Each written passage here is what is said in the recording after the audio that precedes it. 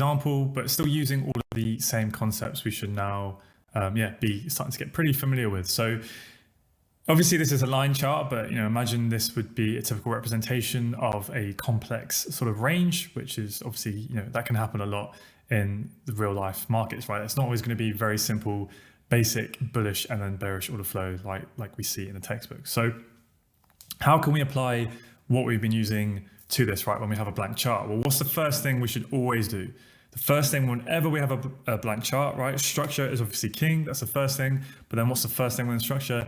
It's swing structure. So we want to find out what current swing range are we within. Well, in this instance, this is a swing high here. So this was a swing break of structure. Okay, so let's use the highlighter tool to do our swing point. So that's our swing high. Obviously, once this breaks, when we get the break of the swing high, we get that bullish boss, we now look at the lowest point. Obviously, in this case, this was going to be our swing low, and then we move up, and then we start to have a sizable pullback. So at that point, we can mark that out as our swing high. So that brings us up to this point here. So what do we expect after a swing break of structure? We expect a swing pullback. So we start to get that pullback to form that internal lower low. We then get an internal lower high, and then we get an internal lower low. So we can mark that on as our internal break of structure, our bearish internal break of structure. And one thing I forgot to say is we're going to start to bring in our order flow now. So when we did have that bullish break of swing structure here, that gives us what? It gives us a swing demand range, right? So we can draw from the high to the low. It doesn't really matter what order you do it in, and drag it across. So we know that when we have that swing pullback kicking in, that this is a pretty good area to either target your counter trend shorts into and or start to begin to look for buys as it comes towards this level. And obviously we'll have our nice refined pivot demands drawn within here. But for now, that's the simple order flow expectation, right? What do we expect for swing order flow? We expect it to continue: initiation, mitigation, continuation. Okay, cool. So we now know that the internal structure has shift bearish. So let's put on our little dots, because this will help as things get a little bit more complex as we go along, right? So we can draw on our internal lower high there.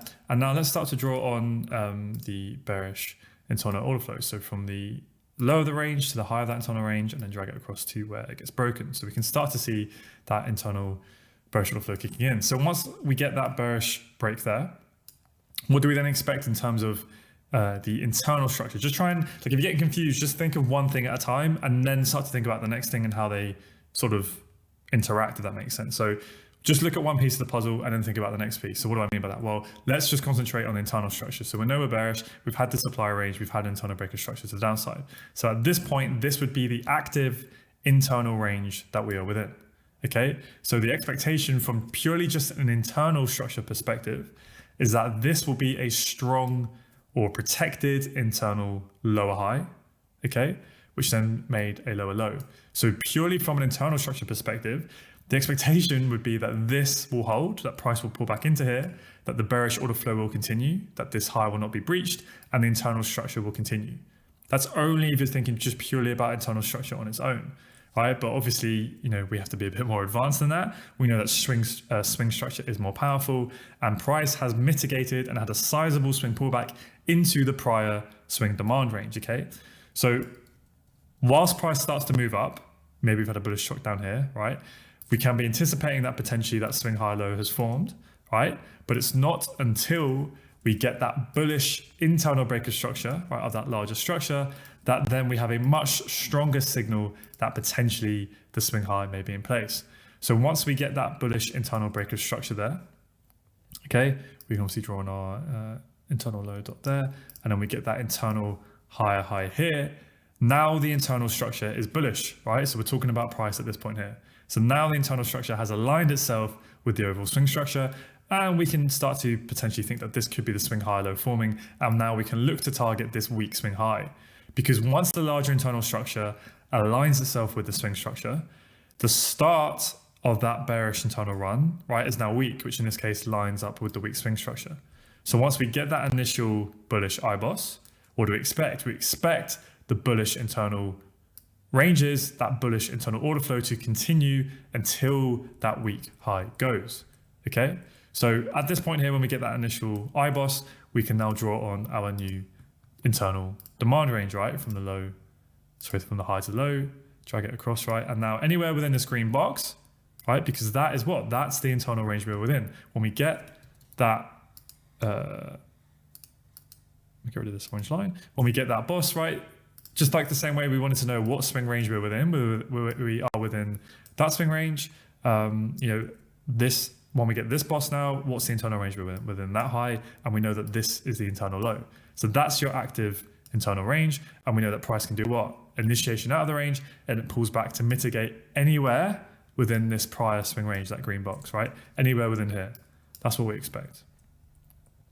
So we pull back into that green range and then we continue up, which is what we would have expected. We would expect that bullish internal order flow to continue. Okay, so when we get that next bullish IBOS, we can again draw on our new active internal range, which is between those two dots I've drawn, right? This low here and this high here. And we have a new internal demand range, right? We're following that internal order flow. So now what do we expect? We would expect the internal structure to pull back, mitigate this prior range, and then continue to the upside, right? And take out this high and then potentially this high, right? We'd expect that to continue until this weak swing high goes. But as we can see, price probably mitigates some supply within here, right? From that weak swing high, sometimes that can happen, right? It can play out. And then what happens? Instead of price continuing to form an internal high low, we get a bearish internal breaker structure. So can you see how just mapping your swing range first, then looking at what the next sort of larger internal structure will be, because of course it could be a bit more complex with this, and there could be like these little movements within here, but you kind of just want to be focusing on, right, you've got your initial larger swing, and then what's the next sort of biggest significant swing, right? And then that becomes your first layer of internal structure, if that makes sense, right? So that's the main one you want to then be focusing on. So we were initially bearish, then we got a bullish IBOS after mitigating the prior swing range, so we know there's a decent chance the swing high low could be in place. We then get a bullish IBOS, which then gives us our next internal range. We come down and mitigate the range and we continue up. And then we expected this new range here, right, between this low and this high, to mitigate this green range and continue up. But in this case, it didn't. It mitigates some supply within here, and that leads to a bearish IBOS, right? So as price is coming into the supply here, we know it's a weak swing high. And if you were shorting from here, you'd be shorting from supply at a weak swing high against the swing trend and against the internal trend, right? So this would be very, very risky. So price could come up in here and it could give you like a bearish chock, for instance, right? That bearish chock is what for us? That signals, a chock signals an internal pullback. So at that point, we could just assume that now potentially that internal pullback is coming in. This is a strong protected internal low, and it's just going to mitigate this range to then give us potentially a chock, and then we would look for that, right? So if we were to get a bearish chock up here, we could only really assume that that's the pullback that's about to start, and we would imagine that that's likely to happen, right? That would be the expectation and the framework that we use. But in this instance, that low doesn't hold, that strong internal low, and it breaks, and we get a bearish IBOS. Okay, so now what has happened? Now the internal structure has switched bearish, right? So at this point, because the bullish order flow has been shifted, and because this bullish leg, right, this run, it failed to take out the high, when we get that bearish IBOS, remember the rules from advanced market structure, you should know this. Now this low here becomes weak, and we can target this low because it failed to take out the prior leg here, which happens to be the swing high, right? When we have this, get rid of these lines, when we have this leg here, right, and then it shifts bullish in internal structure, right, the origin of that high is where we expect the ranges to continue until it takes it out. But in this case, it fails to do so. So as soon as that shifts bearish, now we can target this larger weak low, right? So now the internal structure is bearish. So now what do we have? Now we have an internal supply range. So drag that across to where it's broken, right? So now what we expect is price to form a series of lower lows and lower highs until it takes out this low, right? And for that to be respected. So let's quickly draw these on. I know this takes a little bit longer for me to do it this way, but I think it will, sometimes it's very easy. You can see a fully drawn up nice diagram and it all makes perfect sense. Obviously when you're in a live market or you're trying to make sense of candlesticks, it can be a lot more complex. I think it's worth us taking our time and mapping it out step by step. And I would encourage you guys to draw your own ones on and try it yourself. So we get another break of internal structure here, which gives us what? It gives us another internal supply range, right? So you can see the bearish order flow sustaining itself. So we get the initiation, mitigation, continuation. which is obviously the initiation out of that new range, mitigation, continuation, right? Until we take out this weak low. So when you get that first initial, like say bearish IBOS here, what you could then do on your charts, if it helps you as well to kind of keep track of it, is you can write weak low or like put a liquidity thing there, and you know that like that low is likely now to become inducement for something below here, or at least like that becomes a targeted weak low, right? So then that bearish order flow continues. Let's put on our dots so we can keep track of the internal structure. Okay, and draw on our next supply range. Cool. So that meets all of the rules so far in our expectations, right? We were supposed to take out the high, we failed to do so. Then the internal structure shifts bearish, so order flow switches bearish. It's the same thing essentially. Price then pulls back in, and we expect that bearish order flow, that bearish internal structure to maintain itself, where each of those protected lower internal highs are not breached, right? Pulls back, but it never takes the high, it never takes that supply, right? Exact same thing until that low goes. Once that low goes, then we can potentially expect, something might change, right? Because we come into the, say, extreme. All right, we know that the extreme demand zone within the prior swing low, because remember, this is a strong swing low because it took out the swing high. So we're expecting this to hold. As price now comes into this extreme strong swing low, we know that this is the highest probability area to be buying to do what? To catch the new swing low. This is the last point that has to hold if that swing low is going to continue. So this becomes a very interesting area, right? Let's move this down, we can zoom in, to look for longs. But before we get to that, let's where are we with internal structure? So I'll make that a little bit smaller so it's obvious. Draw that as our low. We are currently still, bear with me, within this active large internal range here, right? Because that is the internal structure we're within, and we currently just made an internal lower low. So although we've come into a very high probable area for a swing high low to form, and we have to be aware that that is stronger than internal structure, at this point, we could just have this bullish change of character just to pull back into this protected internal, it's a strong internal lower high, right? And then that could continue, right? We have to be aware of that, okay? But that doesn't mean that we cannot trade against the larger internal structure and against the bearish order flow. We can, right? But there are obviously certain ways in which we can do that. So let's say here we get, this could be, and this is what I was trying to say in the other lesson, right? This could be a chalk where it's literally just, like 1 or 2 candles that pulls back, but it also could be a slightly, it could be multiple candles. And that's when you have like the smaller internal structure within a larger internal structure, right? It's going to be dependent on just how big the range is. So this is good where you guys have to use, it's all one and the same thing, okay? So we get that bullish change of character or maybe a smaller IBOS, but we know it could just be to facilitate that movement into this protected internal high to continue to the downside. But because it's the extreme area in which the swing high low can form, this is when it can be high probability to trade against the larger internal order flow, right? And to get in long, right? So we may want to get in long here, but we have to be aware that we are trading against this. So as we get that shift in the smaller internal price action, what do we get? We now get, actually, let me draw on the supply first so you guys can visualize this. All right, we've got a little supply range there. That then gets disrupted as we then get a demand range from the high to the low. And we drag it across, and obviously you can have refined pivot demand within there. And then what do we expect? We expect those ranges to hold, to facilitate that pullback, right, up into here. But what happens? In this instance, demand holds, right? This range here holds, and price continues to the upside, right? So we then get a bullish internal breaker structure. So now what's happened is the internal structure has now realigned itself again, just like it did over here. And now when we get this break here, it's a much stronger possibility that now the high low is in place, especially as there's basically no more swing demand left for it to come into, right? So now when you have this movement here, this becomes our new internal higher high. We're now playing within this internal low and this internal high. So we want to try and catch that next high low because that is going to be very, very high probability. Why? Well, we've mitigated the last point we can mitigate.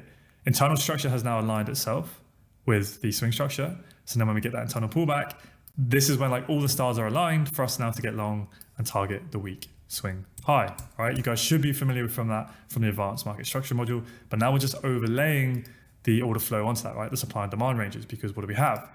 As we get that internal breaker structure here, and we understand from the market structure perspective that we want to catch this high low, but it's like, where is going to be the high probable area to catch that? And that's where we can look at the order flow that happened here.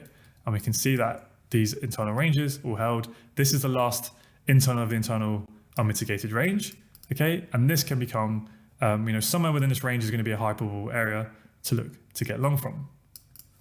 Now, maybe there's something like this, right? And this is where you're starting to overlay the other concepts, where say we had this supply zone, price came into that supply zone, reacted, failed to put in a lower low, flipped to the upside. So we then got the internal breaker structure, we then got the flip. So then we can draw on the extreme of that flip, right? Which is within what? The unmitigated range that we would expect that high low to continue. And then this becomes a super high probable area to look for longs to ultimately target that weak swing high, okay? And that's it. That's essentially what we're looking to do with order flow here. Okay, I just tried to make a slightly more complex example of what can happen, because obviously it's not everything's just pitch perfect. We don't just always pull back and then break the swing high, right? Sometimes it can take a while. We can get within larger ranges, but this is how you interpret it all. So get your swing mapping done first, and then you want to look at the next sort of larger internal structure within that. And then obviously if it's a really big swing range we're playing within, we can get structures within inside that. And this is how we interpret it. So, when we're up here and we mitigate supply and then we switch bearish, now we can understand that we're going to probably come down and take out this low. We don't have to, but it's likely. So let's say there's a demand zone within here. You could buy from here, but one, it's already risky because you're buying from a weak low that we expect to get run. But if you are going to do it, right, manage your expectations that it's probably just going to be a quick play into this previous swing range here. Why? Well, because this is a protected / strong internal lower high, because we've got the lower low, lower high, lower low. So if you're going to buy from here, which I wouldn't recommend anyway, because it's a weak, larger low, just expect that movement into here, because that's most likely going to form a lower high and continue down. Now, once we take out this liquidity, we take out this weak low, we come into the extreme demand zone, we then get a small shift either with like the chalk or the smaller internal structure.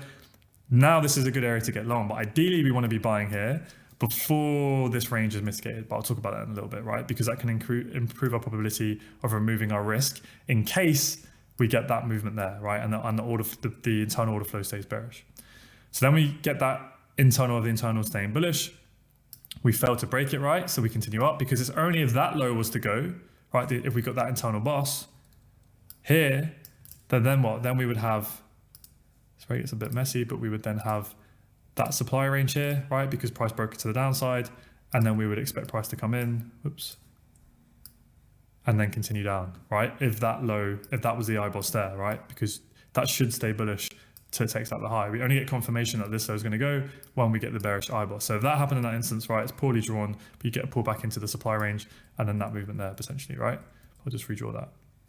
So this is kind of the highest probable sort of trade I'm trying to point out, is then, you might not want to get in here, and you might want to wait for all the stars to align, but then we get the larger internal structure shifting bullish. Then we can look at this unmitigated smaller range.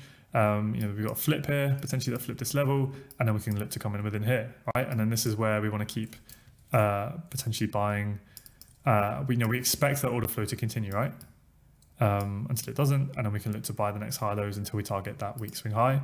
And then after the break of the swing structure, then what do we expect? Then we expect the whole cycle to repeat itself, because we expect a swing pullback.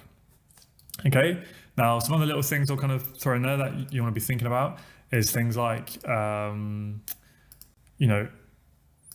there will be, I think I said this before in the other lesson, right? There will be older supply zones that look pretty good, right? Like you'll see these unmitigated pivots. Like let's say, price comes up to here, but remember, because these ranges are mitigated, what are these old supply zones? Once the internal structure shifts bullish, right?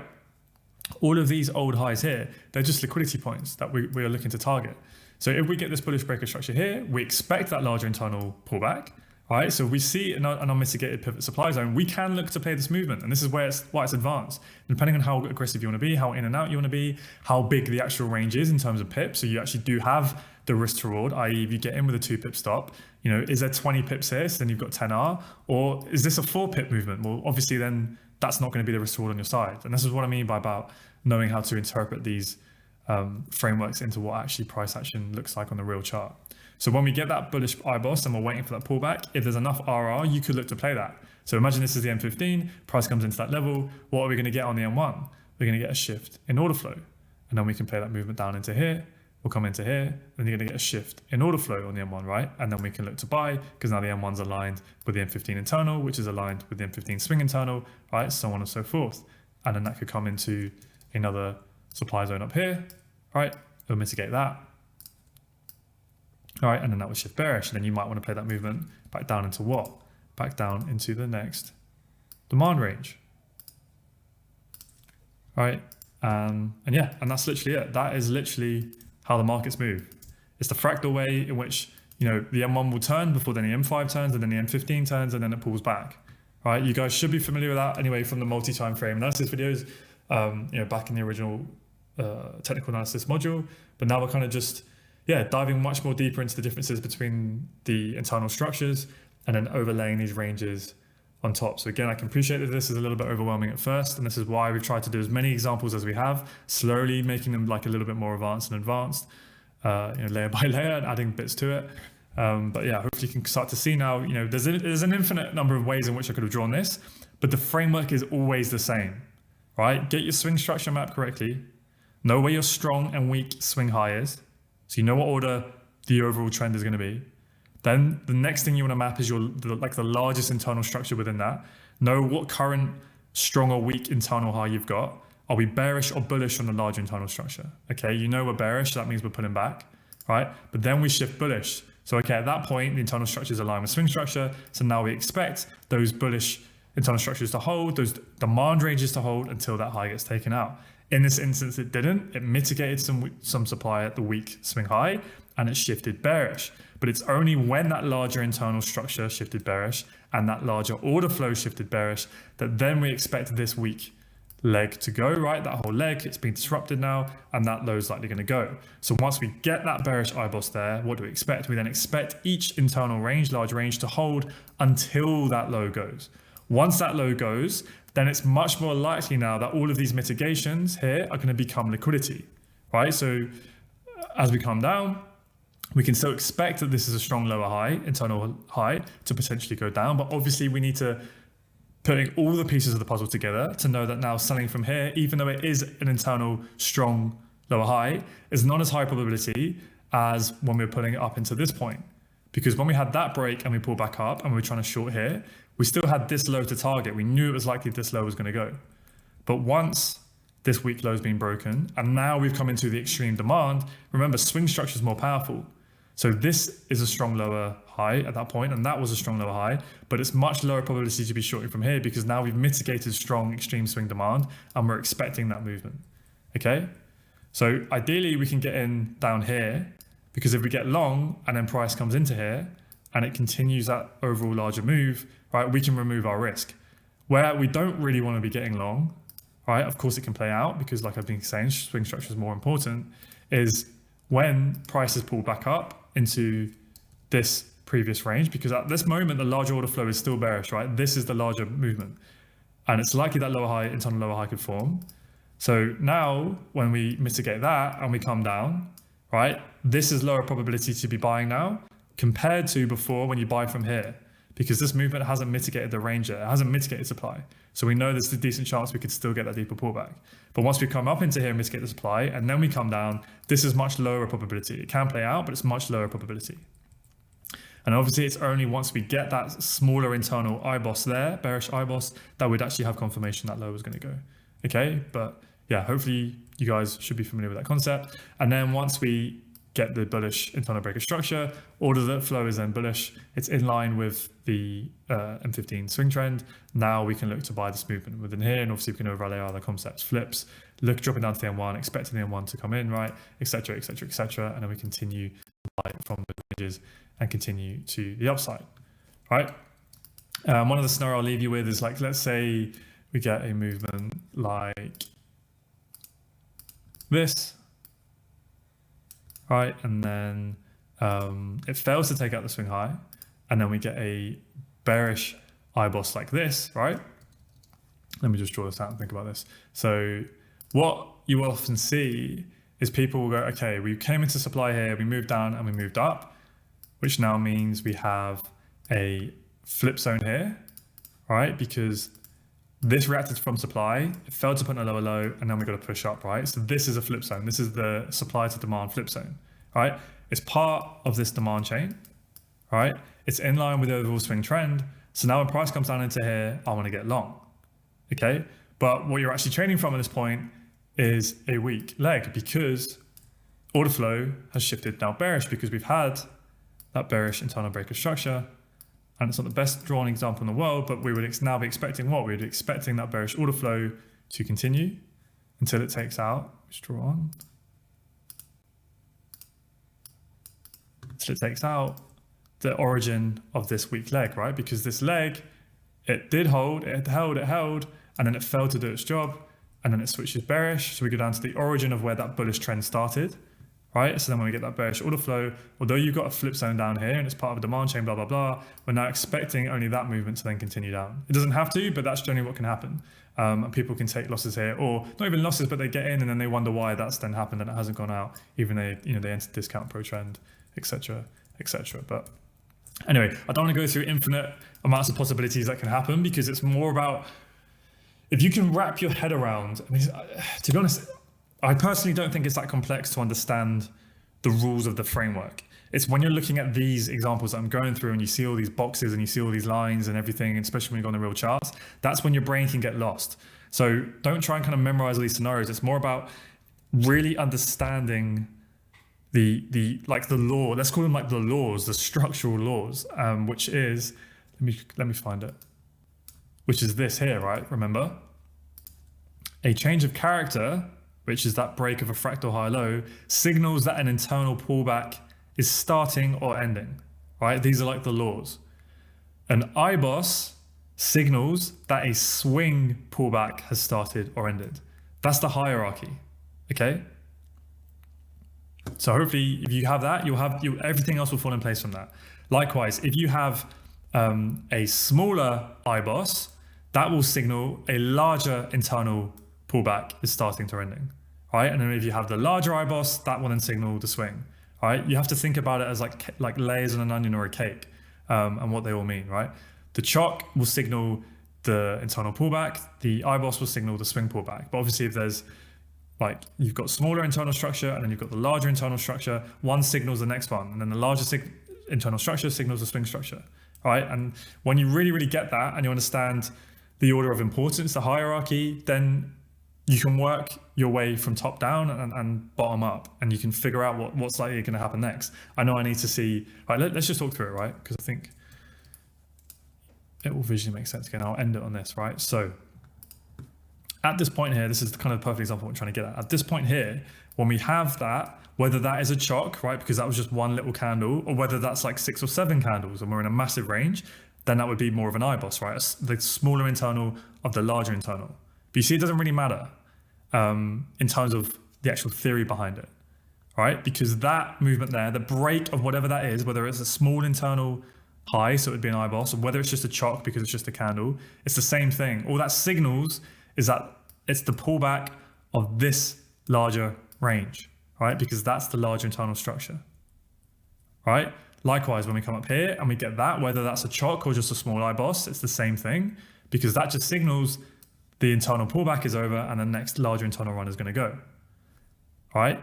So this small movement here just signals the pullback of the larger movement. The larger break of structure, of the larger internal structure, just signals the end of the swing pullback to get the next swing run. I don't really want to keep talking about it just in case it just leads to even more confusion, but that's literally what it is. If you can get your head around that, I'm putting this kind of content out, I guess, for the first time. So if there's a lot of confusion around this, or I get a lot of questions, maybe I'll try and think of a better way in which to teach this, and a more sort of clear example of, let's say, the laws of structure and weak highs and order flow, and I'll try and think of a better way to teach it. But I'm hoping that makes sense, and yeah, I'll leave it there. Maybe especially as well when we go on the charts and do a proper walkthrough and we look at tons of examples and we go a little bit slower, the penny will start to drop. I do appreciate that. This is a lot more advanced. There's a reason why it's at the end of the course. Until you really kind of nail the rest of the concepts, this might be a bit too much. But when you do get this, and it drops and you see it on price action, it brings such a systematic, I don't know, it's given me so much clarity and so much confidence in my trading, with knowing what to wait for, when you want to wait for it, how far to target, just managing your expectations of price. And, it's like literally having an X-ray vision of the market. But I'll leave that there, and I'll see you in the next one.